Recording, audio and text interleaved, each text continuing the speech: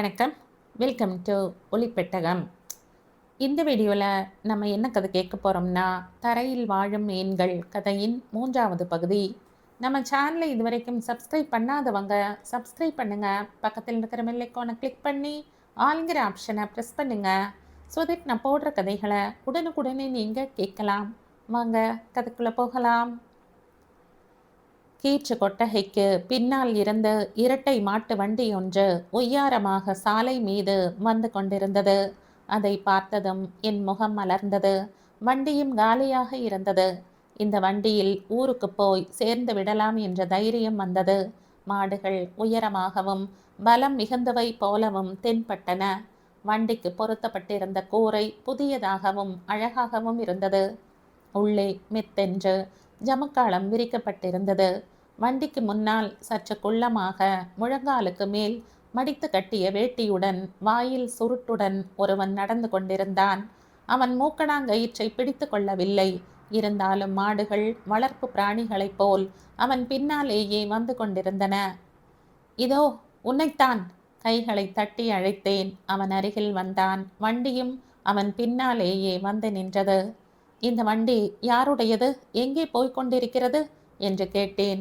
வாயில் இருந்த சுருட்டு கீழே விழுந்து விடுமோ என்பது போல் அவன் வியப்புடன் பார்த்தான். உன்னைத்தான் கேட்கிறேன். நான் மெலட்டூருக்கு போகணும். இந்த வண்டி அங்கே போகுமா? ஆமாம், அங்கேதான் போகிறது. நீங்கள் இந்த வண்டியில் ஏறிக்கொள்ளலாம். பின்னால் இருந்து குரல் கேட்டது. திரும்பி பார்த்தேன். கிருஷ்ணன் என்று சொல்லப்பட்ட அந்த வில்லன் பேர் வழி வண்டியை நோக்கி வந்து கொண்டிருந்தான். அவன் இரு கைகளிலும் என் பட்டி படுக்கை இருந்தன. என்ன நிர்பந்தம் இது? என்னிடம் கேட்காமல், என் விருப்பு வெறுப்புகளை லட்சியம் செய்யாமல் சாமான்களை வண்டியில் ஏற்றிய அவனுடைய உரிமை மீறலுக்கு எனக்கு ஆத்திரம் பற்றி கொண்டு வந்தது. கசப்பை விழுங்கியவள் போல் முகத்தை வைத்து கொண்டேன். ஏறுங்க என்றான். வண்டியின் பக்கம் பார்த்தேன். ரொம்ப உயரமாக இருந்தது. எப்படி ஏறுவது? நான் உதவி செய்யட்டுமா? மரியாதை கலந்த குரலில் கேட்டான். உதவியா? எப்படி? அவன் என் பின்னால் வந்து நின்று கொண்டான். என்ன செய்ய போகிறான் என்று நான் உணருவதற்குள் 2 கைகளாலேயும் என் இடுப்பை பற்றி கொண்டு உயரே தூக்கி அப்படியே வண்டிக்குள் தள்ளிவிட்டான். சட்டென்று உள்ளே இருந்த கம்பியை பிடித்து கொண்டேன்.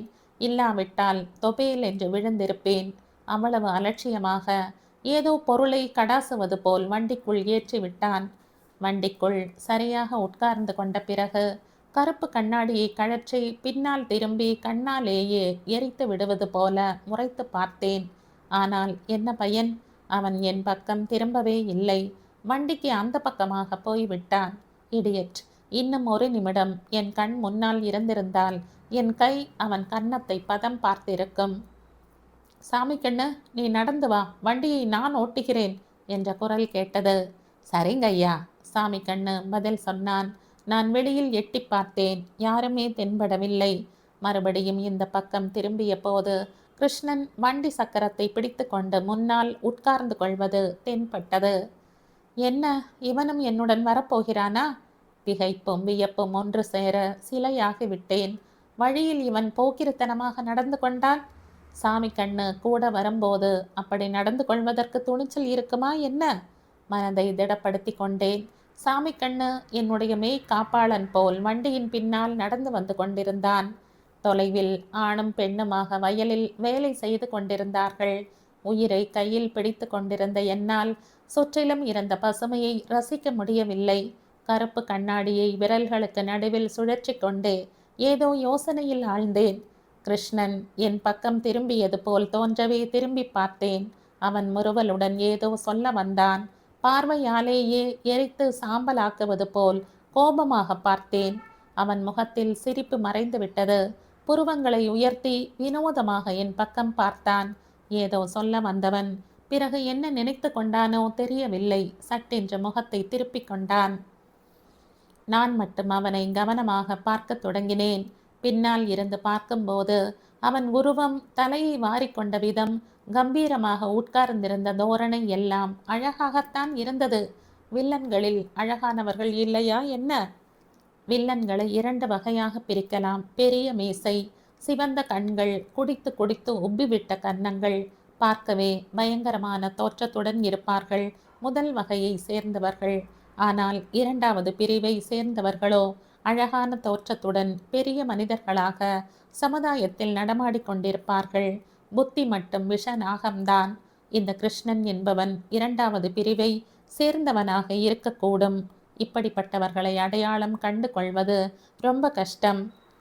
மெலட்டோருக்கு போனதும் இந்த கிருஷ்ணன் யார் என்ற விவரங்களை தெரிந்து கொள்ள வேண்டும். 10 நிமிடங்களுக்கு ஒரு முறை வாட்சை பார்த்து கொண்டிருந்தேன். தொலைவில் ஊர் ஏதோ இருப்பது போல் கண்ணுக்கு தெரிந்தது. வயல்வெளி முடிந்ததும் வலது பக்கம் பெரிய தோட்டம் தென்பட்டது. அதை சுற்றிலும் முள் கம்பி வேலி இருந்தது. மாம்பழ தோட்டம் போலும் உயரமாக அடர்த்தியாக மாமரங்கள் தென்பட்டன. உள்ளே ஏதாவது செடி கொடிகள் இருக்குமோ என்னவோ. தோட்டத்தின் பக்கத்தில் இருந்து வண்டி போகும்போது பலவிதமான பூக்களின் நறுமணம் காற்றில் பரவி இருப்பதை உணர முடிந்தது. சாமி கண்ணு, நான் இங்கே இறங்கிக் கொள்கிறேன். சின்னம்மாவை வீட்டுக்கு அழைத்து போ, கிருஷ்ணன் சொன்னான். சரிங்கய்யா. சாமி கண்ணு வண்டியின் முன்பக்கம் போனான். கிருஷ்ணன் வண்டியை விட்டு இறங்கினான். சாமி கண்ணு வண்டியின் முன்னால் நடக்கத் தொடங்கினான். மாட்டு வண்டி அவன் பின்னால் போகத் தொடங்கியது. கிருஷ்ணன் வேகமாக தோட்டத்தை நோக்கி போய்க் கொண்டிருந்தான். நடுவில் ஒரு தடவை திரும்பி பார்த்தால் முறுவலுடன் நன்றியை தெரிவிப்பது போல் பார்ப்போம் என்று நினைத்தேன். ஆனால் அவன் திரும்பி பார்க்கவே இல்லை. போகட்டும், அவன் தலையெழுத்து அப்படி, எனக்கு என்ன வந்தது?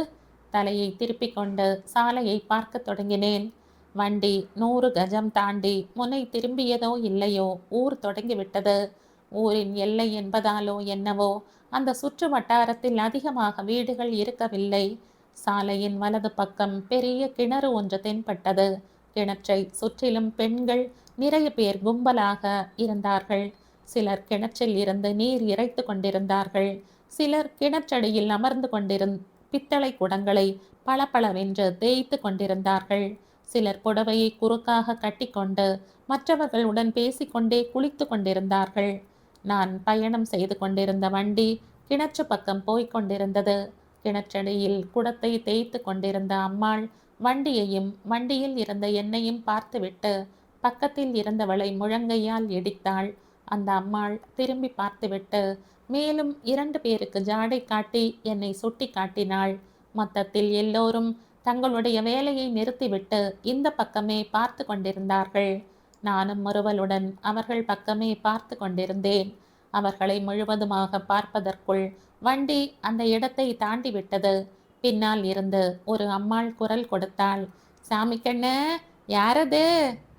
சின்னம்மா, பின்னால் திரும்பி பார்க்காமலேயே பதில் அளித்தான். எந்த ஊரு? பட்டணம். சாமி கண்ணு சொன்ன பதிலை கேட்டதும் எனக்கு சிரிப்புதான் வந்தது. உண்மையில் என் பெயரோ ஊரோ அவனுக்கு தெரியாது. ஆனால் அந்த விஷயம் வெளியில் தெரியாத வகையில் அவன் பதில்கள் சாமர்த்தியமாக இருந்தன. வண்டி ஊருக்குள் நுழைந்தது. எல்லாமே சின்ன சின்ன வீடுகள்தான். ஓலை குடிசைகளும் இருந்தன. வீட்டு வாசலில் உட்கார்ந்து கொள்வதற்கு வசதியாக திண்ணை இருந்தது. பசு மாடுகளை கறவைக்கு கொண்டு போகும் இடையர்கள் சிலர் வண்டியின் பின்னாலேயே கொஞ்ச தூரம் ஊர்வலமாக வந்தார்கள். கடைத்தெருவில் மக்கள் நடமாட்டம் அதிகமில்லை. ஓரிருவர் அப்பொழுதுதான் எழுந்து கொண்டதற்கு அடையாளமாக திண்ணையில் அமர்ந்து வாயை கொப்பளித்து கொண்டிருந்தார்கள். கிராமங்களில் எல்லோரும் விடியற்காலையில் எழுந்து வேலைக்கு போய்விடுவார்கள் என்று அப்பா சொல்ல பலமுறை கேட்டிருக்கிறேன். சோம்பேறியாக இருப்பவர்களுக்கு பட்டணம் கிராமம் என்ற வித்தியாசம் இருக்காதோ? நான் பேக்கை திறந்து அப்பா எழுதி கொடுத்த பேப்பரை எடுத்து பார்த்தேன். தெருவின் இடது பக்கம் பஞ்சாயத்து ஆபீஸ் தென்பட்டது. அதற்கு அடுத்ததாக வரும் நூலகத்திற்கு எதிரே இருந்த சந்தில் நுழைந்து வலது பக்கம் திரும்பணும். வண்டி தெருவுக்குள் நுழைந்ததும் என் இதயம் வேகமாக துடிக்கத் தொடங்கியது. இனம் புரியாத ஆர்வம், தவிப்பு என்னை ஒரு நிலையில் இருக்க விடவில்லை. என் கண்கள் அந்த தெருவில் இடதுபுறமாக பெரிய அரசமரம் இருந்த வீட்டை தேடிக்கொண்டிருந்தன. அதே வரிசையில் 2 வீடுகளுக்கு முன்னால் அரசமரம் இருந்தது. இந்த 2இல் எந்த வீடாக இருக்கும்? முதலாவது அரசமரம் இருந்த வீட்டில் வயதான கிழவி ஒருத்தி நின்று கொண்டிருந்தாள். 2வது வீட்டு வாசற்படியில் 4 பெண் குழந்தைகள் நின்றிருந்தார்கள். அந்த வீடாகத்தான் இருக்க வேண்டும். வண்டியை பார்த்ததும் அவர்களில் ஒருத்தி உள்ளே ஓடினாள். வண்டி சரியாக அந்த வீட்டு வாசலுக்கு முன்னால் வந்து நின்றது. குழந்தைகள் எல்லோரும் வண்டியை சூழ்ந்து கொண்டார்கள். உள்ளே இருந்து ஏறத்தாழ என் வயதில் இருக்கும் பெண் ஒருத்தி வெளியே வந்தாள். அவளுக்கு பின்னாலேயே தும்பை பூ போல் நரைத்து போன தலையுடன் ஒல்லியாக சற்று உயரமாக இருந்த ஒரு அம்மாள் வெளியே வந்தாள். நான் அவர்களையே பார்த்து கொண்டிருந்தேன். அவர்களும் என்னையே பார்த்து கொண்டிருந்தார்கள். முதலில் வந்தவள் வண்டியின் அருகில் வந்து, "இறங்கு" என்றாள் முறுவலுடன். "நீ ராஜிதானா?" என்றேன். ராஜிக்கு வலது கன்னத்தில் மச்சம் இருப்பதாக அப்பா சொன்னது நினைவுக்கு வந்தது. ராஜேஸ்வரியின் கண்கள் மகிழ்ச்சியால் மின்னிக் கொண்டிருந்தன. ஆமாம் என்பது போல் தலையை அசைத்தாள். வண்டியில் இருந்து கீழே குதிக்கு போனவள் அப்படியே நின்று விட்டேன். நான் சின்னவளாக இருந்தபோது எங்கள் வீட்டில் வேலை செய்து கொண்டிருந்த சிறுமி ஒருத்தி ஏணியில் ஏறி பூக்களை பறிக்கப் போனாள். ஏணி சாய்ந்து விட்டதில் உயரத்தில் இருந்து கீழே விழுந்து நொண்டியாகிவிட்டாள். அந்த காட்சியை பார்த்தது முதல் எனக்கு சுவரின் மீது ஏறுவதோ உயரத்தில் இருந்து கீழே குதிப்பது என்றாலோ பயம் அதிகம். அதோடு என் மனம் எந்த விஷயத்திலும் முதலில் கெடுதலைத்தான் நினைக்கும். ராஜேஸ்வரி என் மனதை புரிந்து கொண்டவள் போல் தம்பியை அழைத்து, "மது, உள்ளே போய் நாற்காலியை கொண்டு வா" என்றாள். மது உள்ளே ஓடிப்போய் நாற்காலியை கொண்டு வந்து என் முன்னால் வைத்தான். நான் மெதுவாக காலை நாற்காலியின் மீது வைத்து கீழே இறங்கினேன். ராஜேஸ்வரி எனக்கு சப்போர்ட் கொடுப்பது போல் என் தோளை பலமாக பற்றி கொண்டாள். அன்பு நிறைந்த அந்த தொடுகை என் மனதை புல்லரிக்க செய்தது. எதிரே அத்தையும் மற்ற குழந்தைகளும் நின்று கொண்டிருந்தார்கள். எனக்கு வாயில் இருந்து வார்த்தைகளே வரவில்லை. எல்லோர் முகத்திலும் சந்தோஷம் வெளிப்படையாக தெரிந்தது. "உள்ளவாமா" அத்தை உள்ளே வழி நடந்தாள்.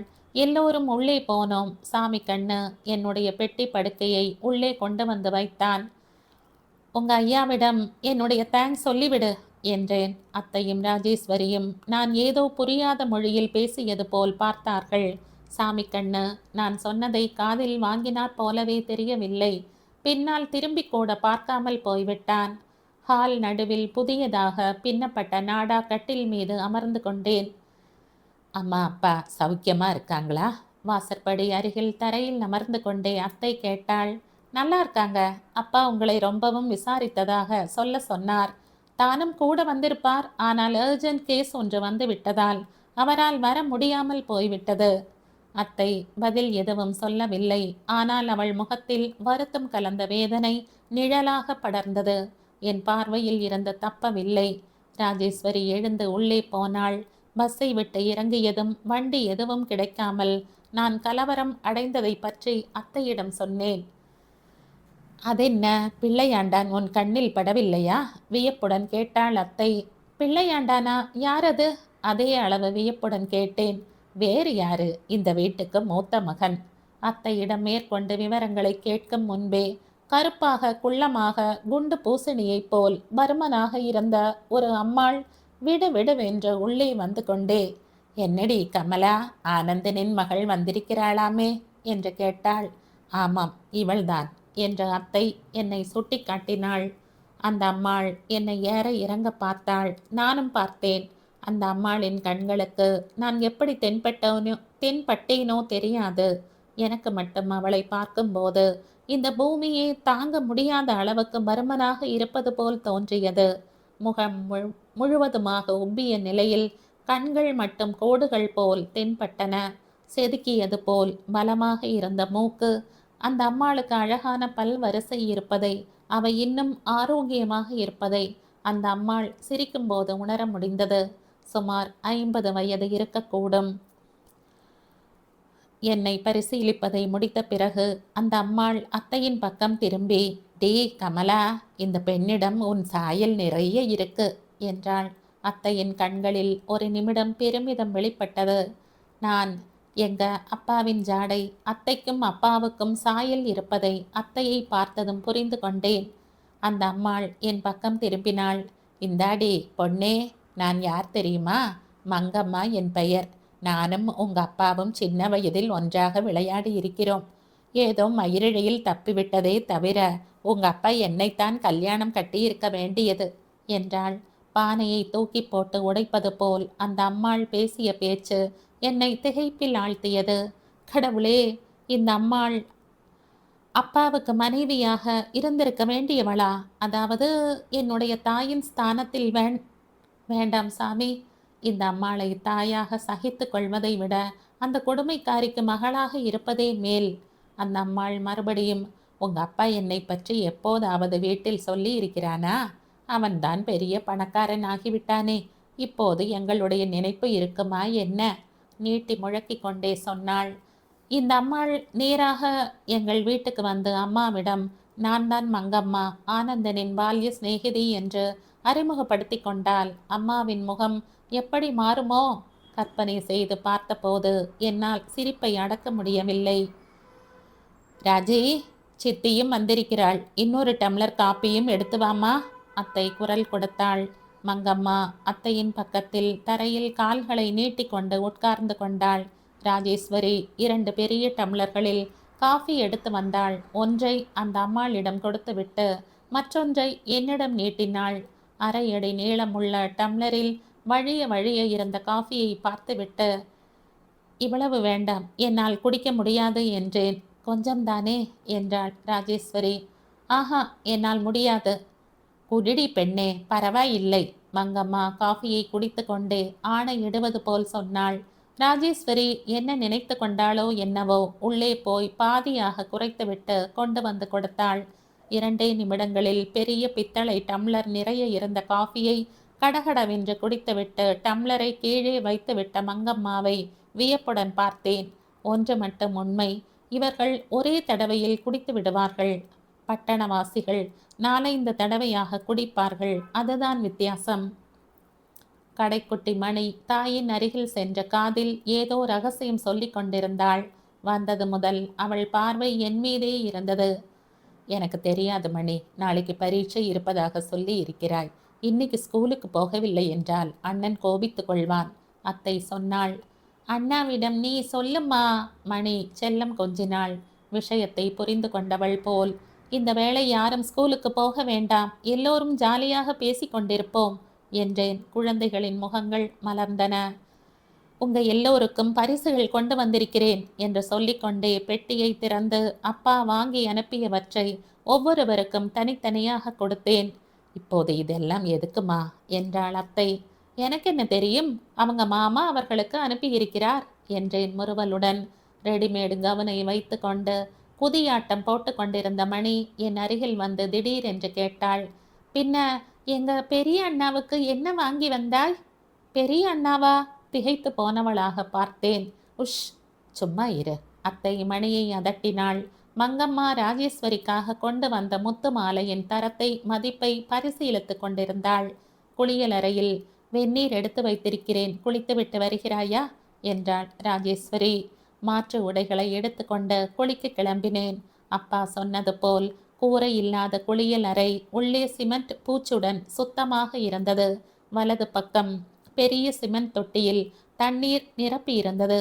ஒரு பக்கம் வாளியில் வெந்நீரும் உயரமான பலகை சோப்பும் டவலும் இருந்தன. குளியல் அறைக்கு கதவு இருக்கவில்லை. யாராவது வந்துவிட்டால் என்றேன் மிரட்சியுடன். யார் வரப்போகிறார்கள்? உண்மைதானே, இந்த வீட்டில் ஆண்களே இல்லையே. சட்டென்று நினைவுக்கு வந்தது. ராஜி, உங்க அம்மா மூத்த மகன் என்று சொன்னாள். அண்ணாவுக்கு என்ன வாங்கி வந்தாய் என்று மணி கேட்டாள். உனக்கு அண்ணன் இருக்கிறாரா என்று கேட்டேன். ராஜேஸ்வரி வியப்புடன் பார்த்தாள். எங்களுக்கு அண்ணன் இருப்பது உனக்கு தெரியவே தெரியாதா? இல்லை என்பது போல் தலையை குறுக்காக அசைத்தேன். ஆஹா, அப்பா உங்க வீட்டு விஷயங்களை பற்றி சொல்லும்போது குழந்தைகளில் நீதான் பெரியவள் என்று சொல்லி இருக்கிறார். அதுவா? அம்மாவுக்கு பிறந்த குழந்தைகளில் நான் தான் மூத்தவள். ஆனால் அண்ணன் எங்க அப்பாவோட முதல் தாரத்தின் மகன். ஆனால் எங்களுக்கு அந்த விஷயம் எப்போதும் நினைவில் இருக்காது. அதற்குள் அத்தை ராஜி என்று குரல் கொடுத்ததும் வந்துவிட்டேன் என்று சொல்லிக்கொண்டே ராஜேஸ்வரி போய்விட்டாள். குளியலறையில் நான் தனியாக ஒரு நிமிடம் அப்படியே நின்றுவிட்டேன். வாளியில் இருந்த நீர் சூடாக இருந்தது. தலைக்கு மேல் வெயில் சொல்லென்று தகித்தது. பயணத்தினால் ஏற்பட்ட அலைச்சலில் உடம்பு கசகசவென்று இருந்தது. எதிரே சிமெண்ட் தொட்டியில் சில்லென்று இருந்த தண்ணீர் என்னை வரவேற்பது போல் தோன்றியது. கூந்தலை உயரே தூக்கி முடிச்சு போட்டுக்கொண்டு மாற்று உடைகளை சுவற்றின் மீது வைத்துவிட்டு மெதுவாக தொட்டிக்குள் இறங்கினேன். 10 நிமிடங்கள் கழித்து, அண்ணி என்ன செய்து கொண்டிருக்கிறாய்? வெளியில் இருந்து ராஜேஸ்வரியின் குரல் கேட்டது. குளித்து கொண்டிருக்கிறேன், பதில் குரல் கொடுத்தேன். குளித்து கொண்டிருக்கிறாயா? 10 நிமிடங்களாக இங்கேயே நிற்கிறேன். ஒரு சொம்பு தண்ணீர் ஊற்றிக்கொண்ட சத்தமே வரவில்லை. நான் உள்ளே வரட்டுமா? வேண்டாம் வேண்டாம். முதுகு தேய்த்து விடட்டுமா? ஆஹா, வேண்டாம். என் மீது ஆணை, உள்ளே வராதே. பதற்றத்துடன் கத்தினேன். வரமாட்டேன், பயப்படாதே. ராஜேஸ்வரி சிரித்து கொண்டே அங்கிருந்து போன சத்தம் கேட்டது. குளிர்ந்த நீரில் குளித்ததும் களைப்பு நீங்கியதோடு இதமாகவும் இருந்தது. புடவையும் பிளவுஸும் அணிந்து கொண்டிருந்த போது ராஜேஸ்வரி குரல் கொடுத்தாள். இப்போது உள்ளே வரலாமா? வாயேன். உள்ளே வந்த ராஜேஸ்வரி சோப்பு நுரையுடன் இருந்த தொட்டியை என்னை மாறி மாறி பார்த்தாள். என்ன நடந்தது? ஏன் அப்படி பார்க்கிறாய் என்றேன். அது வந்து புழங்குவதற்காக நிரப்பி வைத்திருந்த தண்ணீர் அது. பரவாயில்லை, நான் மறுபடியும் இறைத்து நிரப்பி விடுகிறேன் என்றாள். சோப்பு தண்ணீரை வெளியேற்றிவிட்டு தொட்டியை சுத்தம் செய்து கையோடு கிணற்றில் இருந்து நீர் இறைத்து ராஜேஸ்வரி நிரப்பினாள். என் முட்டாள்தனத்தை நினைத்து என் மீதே எனக்கு கோபம் வந்தது. தண்ணீர் குடம் தூக்குவதில் நானும் உதவி செய்வதாக சொன்னபோது அத்தையும் ராஜேஸ்வரியும் கூடவே கூடாது என்று தடுத்து விட்டார்கள். இங்கே இருக்கப் போகும் நாட்களில் இதுபோல் முட்டாள்தனமாக நடந்து கொள்ளாமல் கவனமாக இருக்க வேண்டும் என்று முடிவு செய்து கொண்டேன். குளியல் முடிந்த பிறகு நானும் ராஜேஸ்வரியும் கட்டில் மீது அமர்ந்து கொண்டு ஊர்கதைகளை பேசிக் கொண்டிருந்தோம். தட்டு போட்டு விட்டேன், சாப்பிட வாங்க என்று அத்தை குரல் கொடுத்ததும் எழுந்து உள்ளே போனேன். சமையலறையில் குழந்தைகள் எல்லோரும் வரிசையாக உட்கார்ந்திருந்தார்கள். விருந்தாளி என்பதாலோ என்னவோ எனக்கு முதலிடம் ஒதுக்கப்பட்டிருந்தது. வெள்ளி பூக்கள் பதித்த பலகையை போட்டு ஸ்டீல் தட்டு வைத்திருந்தார்கள். பலகையின் மீது உட்கார போனவள் தட்டில் பரிமாறிய சாதத்தை பார்த்துவிட்டு, அம்மாடியோ, இவ்வளவு சாதமா என்றேன். 2 ஆட்கள் சாப்பிடக்கூடிய அளவுக்கு சாதம் இருந்தது. நேற்று இரவு எப்போது சாப்பிட்டாயோ என்னவோ என்றாள் அத்தை. ஒரு வேளை சாப்பிடவில்லை என்றால் அதை ஈடு கட்டுவதற்கு அடுத்த வேளை சேர்த்து சாப்பிட என்னால் முடியாது அத்தை என்று சொல்ல நினைத்தேன். ஆனால் பெரியவர்களுடன், அதிலும் அதிக பழக்கம் இல்லாதவர்களுடன் பரிகாசம் செய்வது போல் பேசக்கூடாது என்று அப்பா பலமுறை சொல்லி இருக்கிறார். தேவைப்பட்டால் கூச்சப்படாமல் கேட்கிறேன், பாதியை எடுத்து விடுங்கள் என்றேன். அத்தை பாதி சாதத்தை எடுத்து விட்டாள். சமையல் அறையும் சாப்பிடும் இடமும் ஒன்றாக இருப்பதால் உணவு பாத்திரங்கள் எல்லாம் அங்கேயே இருந்தன. எனக்கு நினைவு தெரிந்த பிறகு நான் ஒரு நாளும் இப்படி தரையில் அமர்ந்து சாப்பிட்டதே இல்லை. சின்ன வயதிலேயே அம்மா எனக்கு உணவு மேஜையின் முன்னால் அமர்ந்து கொண்டு கீழே சிந்தாமல் சாப்பிடுவதற்கு பயிற்சி தந்திருக்கிறாள். எரிந்து கொண்டிருக்கும் விறகு அடுப்பு, அதன் மீது பெரிய பாத்திரத்தில் கொதித்து கொண்டிருக்கும் சாம்பார், அடுப்பிற்கு பக்கத்தில் பெரிய வெங்கல பானையில் எங்கள் வீட்டில் 4 நாட்களுக்கு தாராளமாக வரும் அளவுக்கு சாதம், பெரிய தட்டில் பொரித்த அப்பளங்கள், எல்லாவற்றையும் பார்த்து கொண்டே சாப்பிட தொடங்கினேன். அத்தை உணவு பரிமாறிக்கொண்டே நடுநடுவில் எங்கள் வீட்டு விஷயங்களை கேட்டு கொண்டிருந்தாள். சூடான சாதம், உருக்கிய நெய், பருப்பு பொடி சேர்ந்தால் எவ்வளவு ருசியாக இருக்கும் என்று எனக்கு இதுநாள் வரையிலும் தெரியாது. பக்கத்தில் அம்மா இல்லாததால் விருப்பம் போல் சாப்பிடலாம் என்று நினைத்திருந்த எனக்கு ஏமாற்றம்தான் கிடைத்தது. பழக்கம் இல்லாததால் அளவுக்கு மீறி சாப்பிட முடியவில்லை. ஆனால் மற்றவர்கள் மறுபடியும் சாதம் கேட்டு போட்டு கொண்டதை பார்த்தபோது எனக்கு தலையை சுற்றி கொண்டு வந்தது. இவர்கள் மட்டும் பட்டணத்திற்கு வந்தால் 1 மாதத்திற்கு வரவேண்டிய மளிகை சாமான் 1 வாரத்தில் தீர்ந்து விடுவது நிச்சயம். தயிர் சாதம் சாப்பிடாமல் வெறும் தயிரை கிண்ணத்தில் வைத்து கொண்டு ஸ்பூனால் நான் சாப்பிடுவது அவர்களுக்கு வேடிக்கையாக இருந்தது. சாப்பாடு முடிந்த பிறகு ராஜேஸ்வரி பற்று பாத்திரங்களை எடுத்து போய் தேய்க்க தொடங்கினாள். நானும் பக்கத்தில் நின்றிருந்தேன். வாதா மரத்தடியில் பாத்திரங்களை தேய்த்து கழுவி கொண்டிருந்தாள் ராஜேஸ்வரி. நான் கழுவி தரட்டுமா என்றேன். வேண்டாம் என்பது போல் தலையை அசைத்தாள். அமைதியான சுபாவம் கொண்டவளாக தென்பட்டாள். அவள் வேலை செய்யும் போது ஒரு விதமாக சுறுசுறுப்பு இருப்பதை கவனித்தேன். இப்படி குறைவாக பேசி நன்றாக வேலை செய்பவர்களை கண்டால் அம்மாவுக்கு ரொம்ப பிடிக்கும். புதியவர்கள் என்றாலே கூச்சப்பட்டு கொண்டு விலகி போய்விடும் நான் இவ்வளவு குறைவான நேரத்தில் இவர்களுடன் எப்படி கலந்து போய்விட்டேன்? நான் அவர்களுடன் கலந்து போய்விட்டேன் என்பதை விட அவர்கள்தான் என்னை தங்களில் ஒருத்தியாக சேர்த்து கொண்டு விட்டார்கள் என்றால் சரியாக இருக்கும். நட்பு கலந்த ராஜேஸ்வரியின் பேச்சு, அன்பும் ஆதரவும் கலந்த அத்தையின் பார்வை, வானத்தில் இருந்து இறங்கி வந்த தேவதை போல் என்னை பார்க்கும் குழந்தைகள், இவையெல்லாம் சேர்ந்து என்னிடம் இருக்கும் தயக்கத்தை, கூச்ச சுபாவத்தை எனக்கு தெரியாமலேயே விரட்டி அடித்து விட்டன. என்றைக்குமே வராதவள் இன்று நம் வீட்டுக்கு வந்திருக்கிறாள் என்ற இவர்கள் எந்த விதமான ஆர்ப்பாட்டமும் செய்யவில்லை. நான் அடிக்கடி லீவுக்கோ பண்டிகைக்கோ இங்கே வந்து போய் கொண்டிருப்பவள் போல் சகஜமாக நடந்து கொண்டார்கள். பட்டாட்டோபம் இல்லாத அவர்களுடைய சுபாவம், நடத்தையில் இருந்த எளிமை என்னை கவர்ந்து விட்டன. மனதில் இருக்கும் அன்பு கண்களில் பிரதிபலிக்குமே தவிர வார்த்தைகளில் வெளிப்படுத்த இவர்களுக்கு தெரியாது. ராஜேஸ்வரி எனக்கு வீட்டை சுற்றி காண்பித்தாள். சமையலறை வாசற்படியில் இருந்து கிணற்றடி வரையில் சிமெண்ட் தரை போடப்பட்டிருந்தது. பிரதான வாசல் கதவு ரொம்ப பெரியதாக இருந்தது. கொல்லைப்புறத்தில் ரோஜா செடிகளும் நந்தியாவட்டை செடிகளும் இருந்தன. வலது பக்கம் பெரிய பவழமல்லி மரம் இருந்தது. வாசல் வராண்டாவில் 2 பெஞ்சுகள் போடப்பட்டிருந்தன. ஆண்கள் யாராவது வந்தால் அங்கேயே உட்கார்ந்து கொண்டு பேசிவிட்டு போவார்கள். பெண்களாக இருந்தால் நேராக உள்ளே வந்து அத்தையிடம் பேசுவார்கள். ராஜேஸ்வரிக்கு சிநேகிதிகளே இல்லையாம். எப்போதும் அத்தையின் பின்னாலேயே சுற்றி கொண்டு வீட்டு வேலைகள் அனைத்தையும் ஒண்டி ஆளாக செய்து முடிக்கும் ராஜேஸ்வரிக்கு சிநேகிதிகளுடன் பேசி பொழுதை போக்குவதற்கு நேரம் இருக்கும் என்று நான் நினைக்கவில்லை. முதல் நாள் இரவு முழுவதும் சரியாக துவங்காதது. இங்கே வந்த பிறகு பச்சை தண்ணீரில் குளித்தது, சுட சுட சாப்பிட்டது, எல்லாம் சேர்ந்து கண்களை சுழற்றி கொண்டு வர தொடங்கியது. ராஜேஸ்வரி என் நிலைமையை புரிந்து கொண்டவள் போல், கொஞ்ச நேரம் தூங்குகிறாயா என்று கேட்டாள். தூக்கம் வரவில்லை. ஆனால் சற்று நேரம் படுத்தால் தேவலை என்று தோன்றியது. உண்மையை சொல்லப்போனால் உடல் நலம் சரியாக இல்லாவிட்டாலோ இல்லை ரொம்ப களைப்பாக இருந்தாலோ தவிர பகல் தூக்கம் எனக்கு பழக்கமில்லை. ராஜேஸ்வரி என்னை அழைத்து கொண்டு ஹாலை ஒட்டி இருந்த அறையின் கதவை திறந்து விட்டாள். உள்ளே போய் படுத்துக்கொள், தூக்கம் தானே வரும், எந்த சத்தமும் கேட்காது என்றாள். அந்த வீட்டில் அறை என்று ஒன்று இருப்பது அது ஒன்றுதான் போலும். சிறியதாக இருந்தாலும் காற்றும் வெளிச்சமும் தாராளமாக இருந்தன. ஜன்னல் வழியாக தொலைவில் ஆலய கோபுரம் தென்பட்டு கொண்டிருந்தது. ஒரு பக்கமாக கட்டிலும் அதன் மீது போர்வையும் விரிக்கப்பட்டிருந்தது. நீ படுத்துக்கொள், நான் அப்புறமாக வருகிறேன். ராஜேஸ்வரி போய்விட்டாள். கட்டில் மீது அமர்ந்து கொண்டே அறை முழுவதும் பார்வையிட்டேன். எதிரே இருந்த சுவரில் அத்தையின் இளமை காலத்தில் நடுத்தர வயது ஒருத்தருடன் சேர்ந்து எடுத்துக்கொண்ட போட்டோ இருந்தது. அவர்தான் ராஜேஸ்வரியின் தந்தையாக இருக்க வேண்டும். கட்டிலை ஒட்டினார் போல் இருந்த அலமாரியில் புத்தகங்கள் வரிசையாக இருந்தன. அவற்றை பார்த்ததும் என்னுள் ஆர்வம் ஏற்பட்டது. இந்த உலகத்தில் பொம்மைகளுக்கு அடுத்தபடியாக நான் விரும்புவது புத்தகங்களைத்தான்.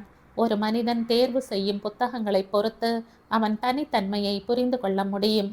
இதுவரையில் நான் பார்த்தும் இராதா.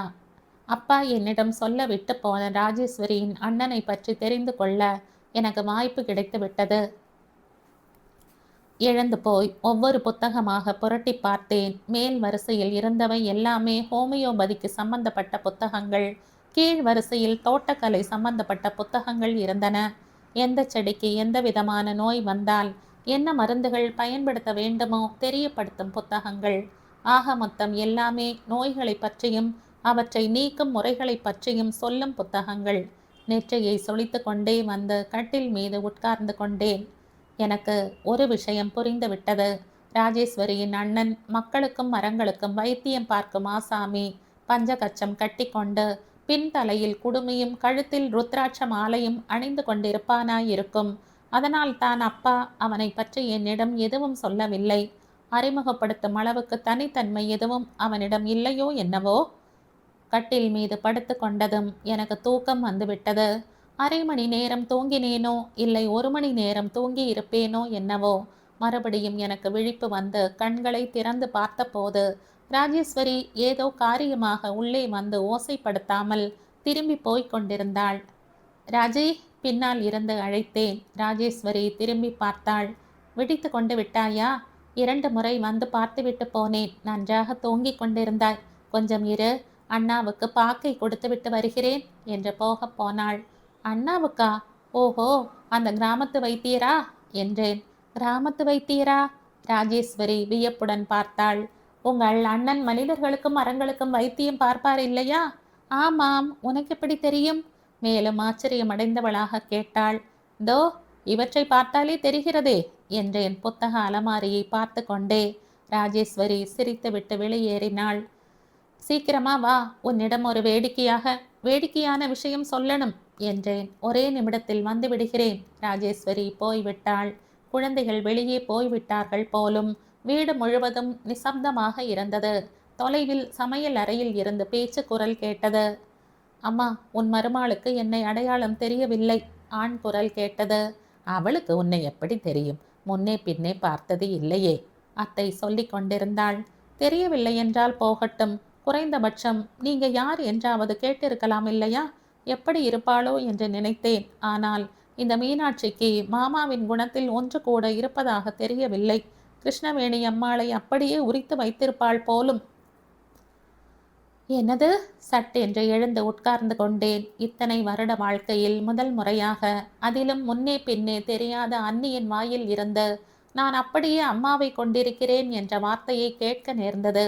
யார் அந்த தைரியசாலி? ஒரு தடவை பார்த்து விடுவோம் என்று எழுந்து வந்தேன். வரும்போது மறுபடியும் அந்த குரல் கேட்டது. அம்மா, நீயும் குழந்தைகளும் பிடிவாதம் பிடித்ததால் வேறு வழி இல்லாமல் ஒப்புக்கொண்டேன். ஆனால் அந்த பெண் நம் வீட்டுக்கு வருவதில் எனக்கு கொஞ்சம் கூட விருப்பமில்லை. 2 நாட்களில் கிளம்புகிறேன் என்று சொன்னால் இருந்துதான் ஆகணும் என்று வற்புறுத்தாதே. என் கன்னங்களில் சூடாக ரத்தம் பரவியது. நடையின் வேகத்தை கட்டுப்படுத்துவதற்குள் சமையல் அறையின் வாசலுக்கு வந்து விட்டேன். நான் அப்படியே அம்மாவை உரித்து வைத்திருக்கிறேன் என்று சொன்ன அந்த தைரியசாலி, என்னை இங்கிருந்து சீக்கிரமாக அனுப்பி வைக்க சொல்லி அத்தையை எச்சரித்து கொண்டிருந்த அந்த வீராதி வீரன், அப்பொழுதுதான் சாப்பாடு முடிந்தது போல் தோளில் கிடந்த டவலில் கையை துடைத்து கொண்டே பலகையை விட்டு எழுந்து கொண்டிருந்தான். ராஜேஸ்வரி பாக்கு டப்பாவை கொடுத்துவிட்டு அவன் சாப்பிட்ட தட்டை எடுத்து கொண்டிருந்தாள். அத்தையின் சாப்பாடு இன்னும் முடியவில்லை. மோர் சாதம் சாப்பிட்டு கொண்டிருந்தாள். நான் சமையலறை வாசலில் வந்து நின்று கொண்டதும் இந்த பக்கம் வரப்போனவன் அப்படியே நின்று விட்டான். ஒரு நிமிடம் இருவரின் பார்வையும் சந்தித்து கொண்டன. அவன் இதழ்கள் முறுவலிக்க முயன்று பாதியிலேயே நின்று விட்டன. நான் திகைத்து போனேன். அவன் வேறு யாரோ இல்லை, வில்லன் கிருஷ்ணன் தான். எனக்கு வாயில் இருந்த வார்த்தையே வரவில்லை. சட்டென்று திரும்பி அறைக்குள் வந்து விட்டேன். 10 நிமிடங்கள் கழித்து ராஜேஸ்வரி வந்தாள். நான் சட்டென்று அவள் கையை பற்றி கொண்டு, உங்க அண்ணன் இவன்தானா? வில்லன் கிருஷ்ணன் தான் உன்னுடைய அண்ணனா என்று கேட்டேன். எங்க அண்ணனே தான், ஆனால் வில்லன் கிருஷ்ணனாவது என்றாள் புரியாதவள் போல். அப்படி வா, நடந்ததை சொல்கிறேன். ராஜேஸ்வரியின் கையை பிடித்து கட்டில் மீது உட்கார வைத்து நடந்ததையெல்லாம் சுருக்கமாக கதை சொல்வது போல் சொன்னேன். ராஜேஸ்வரி புடவை தலைப்பால் வாயை பொத்தி கொண்டு சிரிக்கத் தொடங்கினாள். நானும் அவளுடன் சேர்ந்து கொண்டேன். தான் யார் என்று எனக்கு எப்படி தெரியும்? கிருஷ்ணன் என்ற ஒரு ஆசாமி இந்த வீட்டில் இருப்பது எனக்கு தெரிந்திருந்தால் தானே. எனக்காக வந்தவன் தான் இன்னார் என்று அறிமுகப்படுத்தி கொண்டால் என்னவாம்? கௌரவம் குறைந்து விடுமா என்றேன். அண்ணன் ஒரு நாளும் அப்படி செய்ய மாட்டானே. சும்மா உன்னை அழ வைப்பதற்காக அப்படி தெரியாதது போல் இருந்து விட்டானோ என்னவோ என்றாள் ராஜேஸ்வரி. சும்மா இருந்தவன் அப்படியே இருக்காமல் அத்தையிடம் புகார் செய்வானேன்? மேலும் என்னை இங்கிருந்து சீக்கிரமாக அனுப்ப சொல்லி உங்க அம்மாவுக்கு அறிவுரை வழங்குவானேன்? சிரிப்பதை நிறுத்திவிட்டு சீரியஸாக கேட்டேன். ராஜேஸ்வரியின் முகத்தில் மகிழ்ச்சி காணாமல் போய்விட்டது. பதில் சொல்ல முடியாதவள் போல் ஒரு நிமிடம் இயலாமையுடன் பார்த்தாள். மேலும் நானே சொன்னேன், பரவாயில்லை, நான் ஒன்றும் தவறாக நினைக்கவில்லை. இது எங்க அத்தையின் வீடு. என் விருப்பம் போல் எவ்வளவு நாட்கள் வேண்டுமானாலும் தங்குவேன். இரு என்று சொல்வதற்கும் போய் என்று விரட்டுவதற்கும் அவன் யாரு நடுவில்? கடைசி வரிகளை வேண்டுமென்றே சத்தமாக சொன்னேன். ராஜேஸ்வரி பயந்து கொண்டே வாசல் பக்கம் பார்த்தாள்.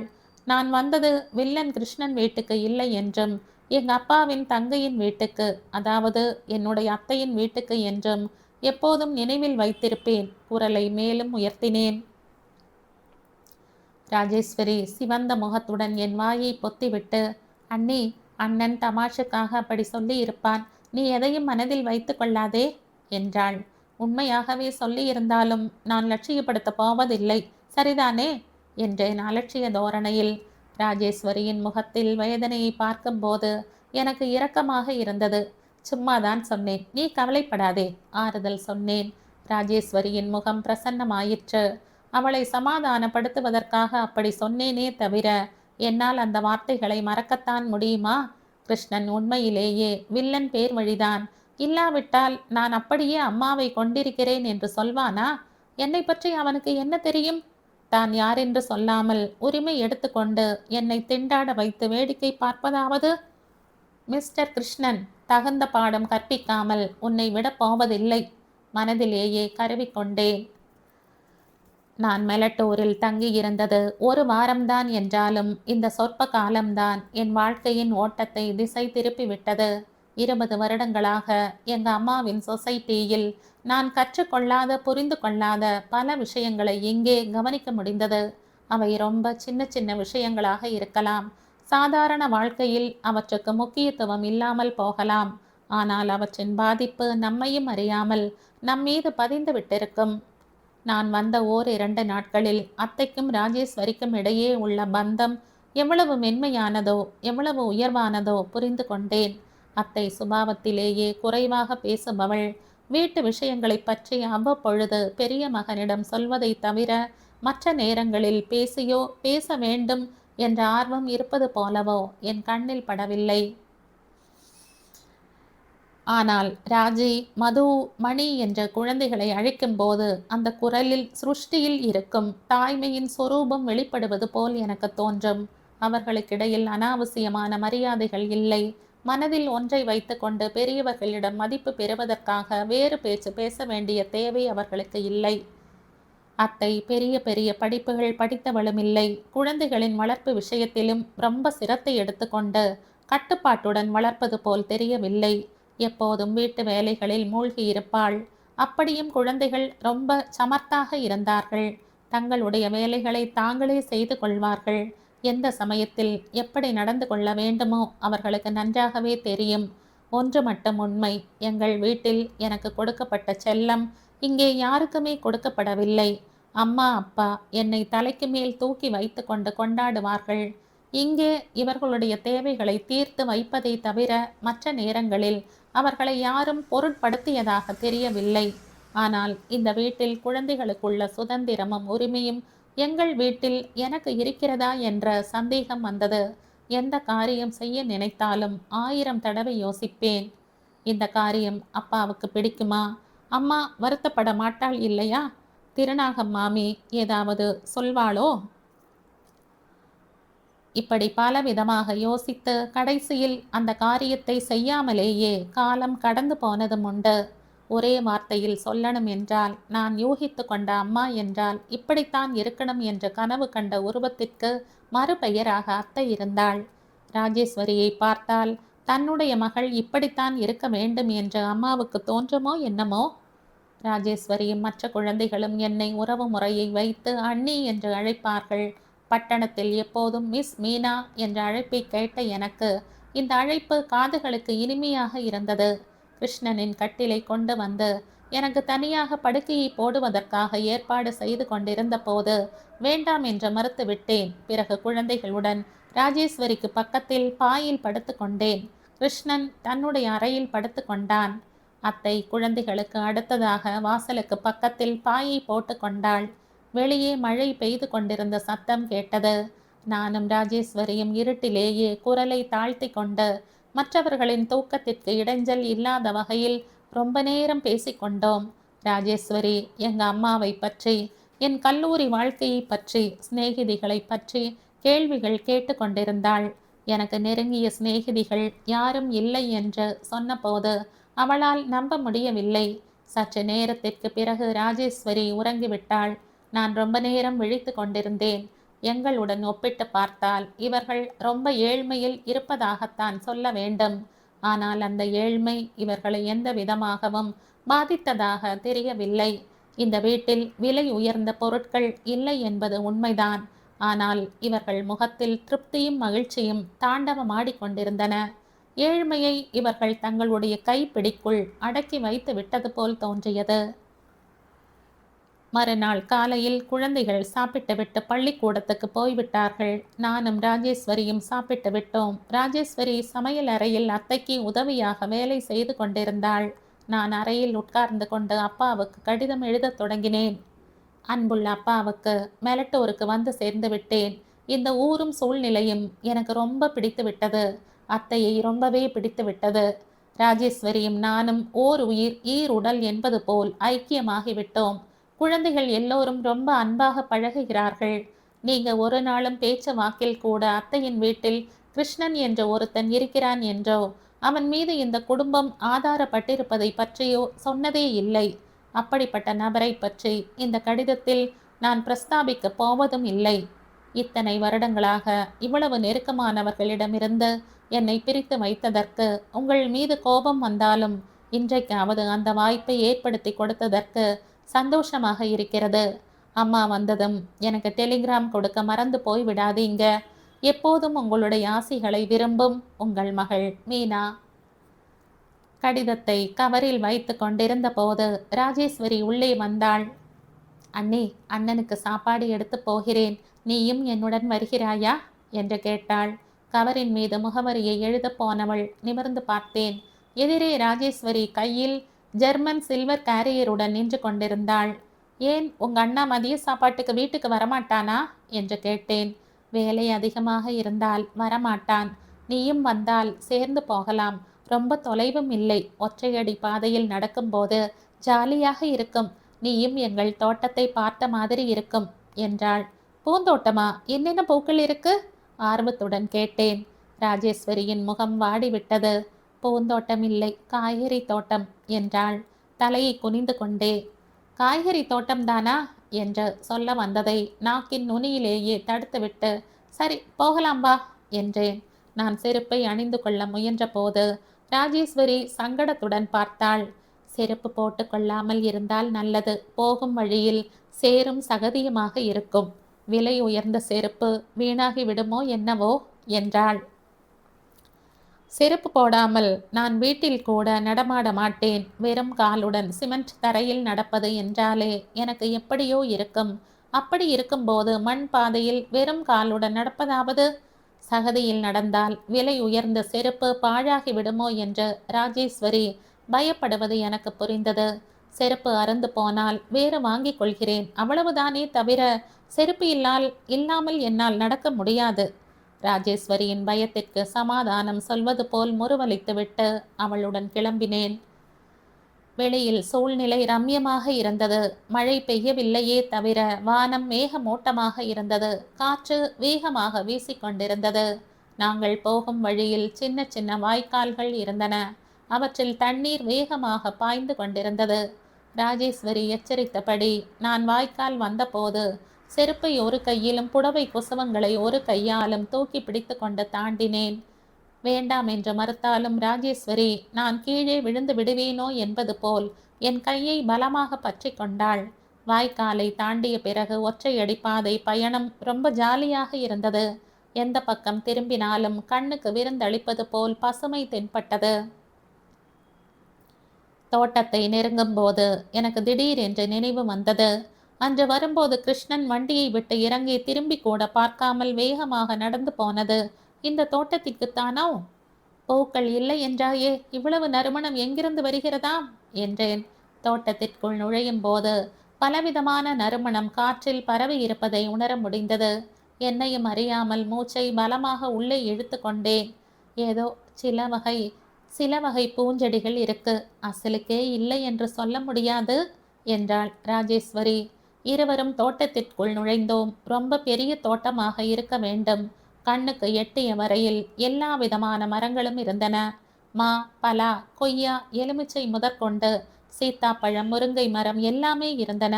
தோட்டத்தை சுற்றிலும் இரும்பு கம்பியால் முள் வேலி போடப்பட்டிருந்தது. எதிரே பெரிய வேப்ப மரம் ஒன்று இருந்தது. அதை சுற்றிலும் சிமெண்டில் திண்ணை போடப்பட்டிருந்தது. வேப்ப மரத்திற்கு பின்னால் கீற்று கொட்டகை இருந்தது. கொட்டகையின் கூரை மீது பீர்க்கை, பூசணி போன்ற கொடிகள் படர்ந்திருந்தன. ராஜேஸ்வரி கேரியரை கொண்டு போய் வேப்ப மர திண்ணையின் மீது வைத்தாள். சுற்று வட்டாரத்தில் யாருமே தென்படவில்லை. அந்த பக்கம் இருப்பாங்க போலிருக்கு, வா போவோம் என்று சொல்லிக்கொண்டே ராஜி கீற்று கொட்டகையின் வலது பக்கம் நடந்தாள். நானும் அவள் பின்னாலேயே நடந்தேன். அந்த பக்கம் விதவிதமான காய்கறி செடிகள் இருந்தன. முளைக்கீரை, காலிஃப்ளவர், முட்டைக்கோஸ் எல்லாமே இருந்தன.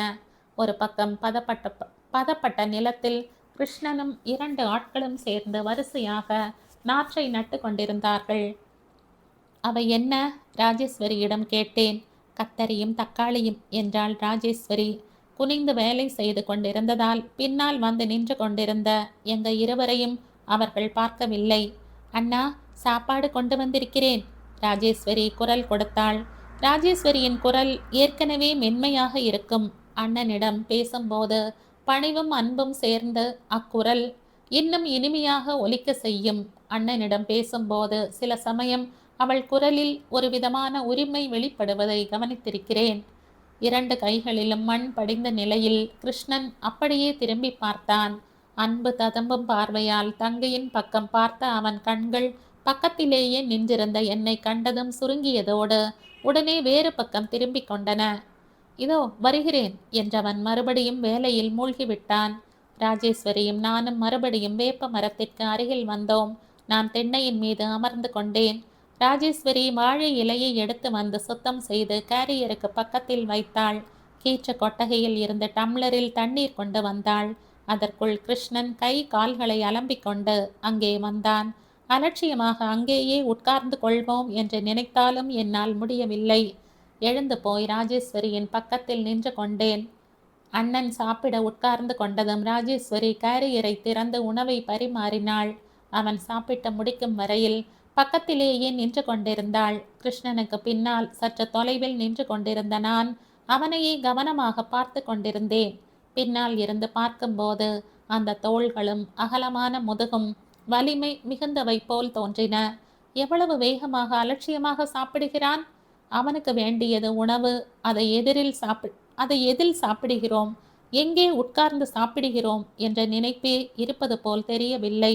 இங்கே டைனிங் டேபிள் இல்லை. பளபளவென்று மின்னும் கண்ணாடி பாத்திரங்கள் இல்லை. எங்களுக்கு அவை உணவில் ஒரு பகுதியாக தோன்றும். உணவு மேஜையின் விரிப்பை மாற்றாமல் எங்களுக்கு உணவு பரிமாறினான் என்பதற்காக சமையல்காரனை அம்மா வேலையை விட்டு நீக்கிய சம்பவம் என் நினைவுக்கு வந்தது. இனி கிளம்புவோமா? ஏதோ யோசனையில் ஆழ்ந்திருந்த என் அருகில் வந்து கொண்டே ராஜேஸ்வரி கேட்டாள். திடுக்கிட்டு சுற்றிலும் பார்த்தேன். கிருஷ்ணன் சாப்பிட்டு முடித்து விட்டான் போலும்.